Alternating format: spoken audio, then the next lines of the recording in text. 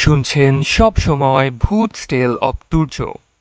আজ নিয়ে এসেছি documentary Dullahan, the legends of headless horseman. একবার চিন্তা করে দেখুন তো, এই মুহূর্তে আপনি যেখান থেকে আমায় শুনছেন সেখানে দাঁড়িয়ে আছে একটি মাথাবিহীন ঘোড়া, যার কাটা ঘাড় দিয়ে রক্ত গড়িয়ে পড়ছে। কেমন লাগবে আপনার? আমি জানি আপনার মোটেও সুখকর লাগবে না। যাই হোক, এই মুহূর্তে যে যেখান থেকে আমায় শুনছেন ভূত স্টেল অব তুর্য। আপনারা ইউটিউবে শুনে থাকলে সাবস্ক্রাইব করে দেবেন। আমরা আপনাদের ভালোবাসায় মাত্র 2 মাসের মধ্যে 100 সাবস্ক্রাইবার পার করেছি। আর ফেসবুকে শুনে থাকলে ফলো করে দেবেন। শুরু করছি দ্য ডকুমেন্টারি দুল্লাহান। দুল্লাহান বা মাথাবিহীন ঘোড়া ও ঘোড়সাওয়ার। This is the legends of Ireland. এটির সূত্রপাত আইরিশ কিংবদন্তি ও পূর্বপুরুষদের হাত ধরেই। আমরা বলতে পারি আইরিশ দুল্লাহান। 1820 সালে ওয়াশিংটন আরভিং রচনা করেছিলেন তার গল্প দ্য লিজেন্ড অফ স্লিপি হলো, যাকে ঘুমন্ত হলো এর কিংবদন্তি বলা হয়। যে ছোট গল্পের ক্যানভাসে উঠে আসে ইছাবোড ক্রেন ও ব্রম বোনসের দ্বন্দ্ব, যেখানে তারা দুজনেই প্রেমে পড়ে একজন যুবতী ক্যাটরিনা ভ্যান টাস এর।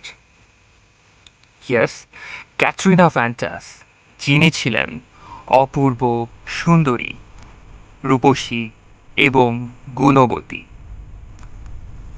বেচারা ইছাবোড ক্রেন ক্যাটরিনার কাছে প্রত্যাখ্যান পেয়ে নিজেকে সামলাতে না পেরে এক রাতে মদ্যপান করেন এবং মদ্যপ অবস্থায় ঘোড়া চালিয়ে জঙ্গলের ভেতর দিয়ে আসার পথে দুল্লাহানের খপ্পরে পড়েন এবং নিয়তির কঠোর এবং নিষ্ঠুর পরিণতিতে তিনি মৃত্যুবরণ করেন।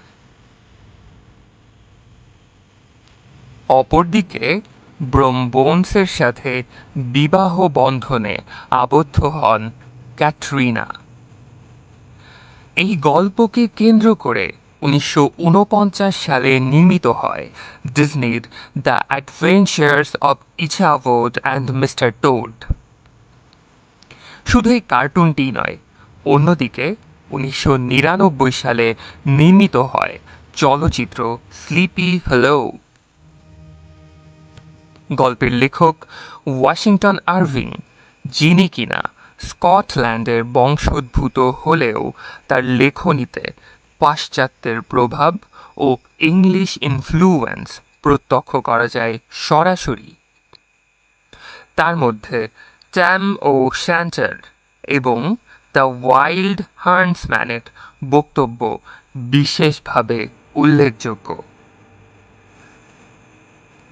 এরপর বিভিন্ন বিপ্লব ও যুদ্ধের উপাখ্যানে কিংবদন্তি হয়ে ধরা দেয় দ্য হেডলেস হর্সম্যান, যিনি কিনা পুরুষ অথবা মহিলা, যাকে দেখা যায় গহীন অরণ্যে, কবরস্থানে, শহরের আদিম সড়কপথে কিংবা লোকালয়েও। স্লিপি হলো বা দুল্লাহান কিংবদন্তি সংগ্রহ করা হয় 19 শতকের দিকে আইরিশ লোককথা, লোকসাহিত্য এবং আইরিশ ফোকলোর হিসেবে, যেখানে থমাস ক্রফটন তার দুল্লাহান লোকপ্রথা এবং ডব্লিউবি এর ফোক টেলস বিশেষভাবে উল্লেখযোগ্য। দুল্লাহানের মাথা থাকে একটি ব্যাগে, চোখ বন্ধ অথবা খোলা অবস্থায়, মাঝে মধ্যে তাকে ঘোড়ার টমটমি গাড়ি চালিয়েও যেতে দেখা যায়, যেখানে ঘোড়াগুলো এমনকি যাত্রীরাও থাকেন মস্তকহীন। দুটো কঙ্কাল থাকে টমটমির চাকার পাশে। Dullahan, the personification of death. Catholic সংস্কৃতিতে খ্রিস্ট ৪র্থ শতাব্দীতে মাথাবিহীন বিভিন্ন মানুষের দৃশ্যপট রচিত আছে, যারা কোনোভাবে শাস্তিস্বরূপ তাদের মাথাটি খুইয়েছেন। এমনকি মাথাবিহীন কঙ্কালও আবিষ্কৃত হয়েছে পৃথিবীর বিভিন্ন স্থানে বিভিন্ন সময়ে। মূলত দুল্লাহান হল ভয়ের দূত, প্রাণ নাশের দূত, দ্য মিডনাইট ওয়ার্নিং, যা মানুষকে ধরতে পারলেই ধর থেকে মুন্ডু আলাদা করে দেবে তার ধারালো চাবুক বা তলোয়ারের সাহায্যে। এবার আসা যাক বাংলাদেশের প্রেক্ষাপটে। এখন যে ঘটনাটি শেয়ার করব, সেই ঘটনাটি কোনো ফিকশন নয়, এটি নয় কোনো কল্পকাহিনীও, যা সম্পূর্ণ সত্য। ইমরান নামের একজন বিশ্ববিদ্যালয় পড়ুয়া ছাত্র, যিনি কিনা টিউশন করান এবং সারাদিন ক্যাম্পাস ক্লাস করার পর তার বেশিরভাগ টিউশনগুলোই থাকতো সন্ধ্যার পর থেকে রাত অবধি। শেষ করতে করতে রোজই রাত 11টা তো বাজতই। ইমরানের টিউশন হোম আর মেসের দূরত্ব বেশ ভালোই। মেইন রাস্তা দিয়ে আসা যাওয়া করতে কমপক্ষে 20 মিনিট লাগবেই। তবে আছে একটা শর্টকাট রাস্তা। শর্টকাট রাস্তা দিয়ে গেলে বড় জোর 6 কি 7 মিনিট। কিন্তু এই রাস্তাটা হন্টেড। বিভিন্ন ধরনের ভয়ের লোককাহিনী প্রচারিত আছে এই রাস্তাকে কেন্দ্র করে। তা ইমরান প্রতিদিন সন্ধ্যায় শর্টকাট রাস্তা দিয়ে টিউশনে যায় আর রাতে মেইন রাস্তা দিয়ে মেসে ফেরত আসে। তো এক রাতের ঘটনা, সারাদিন প্রচণ্ড গরম পড়েছে, সন্ধ্যায়ও ভ্যাপসা গরম। ইমরান সন্ধ্যা থেকে টানা 3টা টিউশন কমপ্লিট করেছে। শেষ করে যখন ঘড়ির দিকে তাকায়, ঘড়িতে রাত 11:30। বেশ ক্ষুধা পেয়েছে তার। গরমে ঘামে শার্ট ভিজে জবজব করছে। শার্টের কলার দিয়ে হাতা দিয়ে বারবার মুখ মুছতে মুছতে মনের ভুলে শর্টকাট সেই রাস্তাতে বেশ খানিকটা ঢুকে পড়ে ইমরান। ইভেন সে হেঁটে অনেকটা দূর চলে এসেও কিছু টের পায়নি। হঠাৎ সে ঘোড়ার খুরের শব্দ শুনতে পায়, আর সাথে সাথেই ঘোড়ার ডাকের শব্দ। সে রীতিমতো ভরকে যায়, ঘেমে যেন গোসল হয়ে গেছে।